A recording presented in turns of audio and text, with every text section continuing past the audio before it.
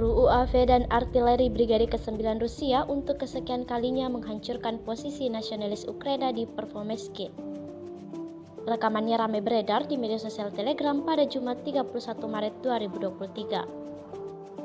Awak UAV dan artileri Brigade ke-9 Korps Tentara Donetsk ke-1 yang sebelumnya dikenal Resimen ke-9 NMDPR menghancurkan tenaga militan Ukraina di desa Performance-Koe dengan tembakan akurat dan bom dari helikopter seperti yang terlihat dalam rekaman. Serangan-serangan yang dilayangkan militer Rusia membuat tentara Ukraina kalam kabut. Kehancuran total posisi Ukraina terekam jelas dalam video ini. Beredarnya video ini menuai beragam komentar dari warganet.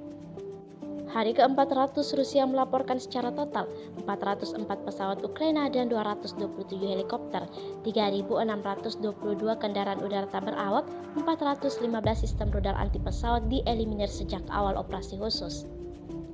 Sementara dari kubu Kiev, Kementerian Pertahanan Ukraina merilis 560 tentara Rusia dieliminir dalam sehari terakhir.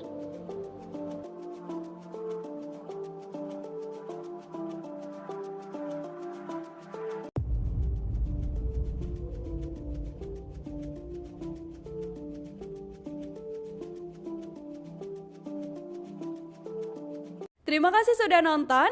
Jangan lupa like, subscribe, dan share ya.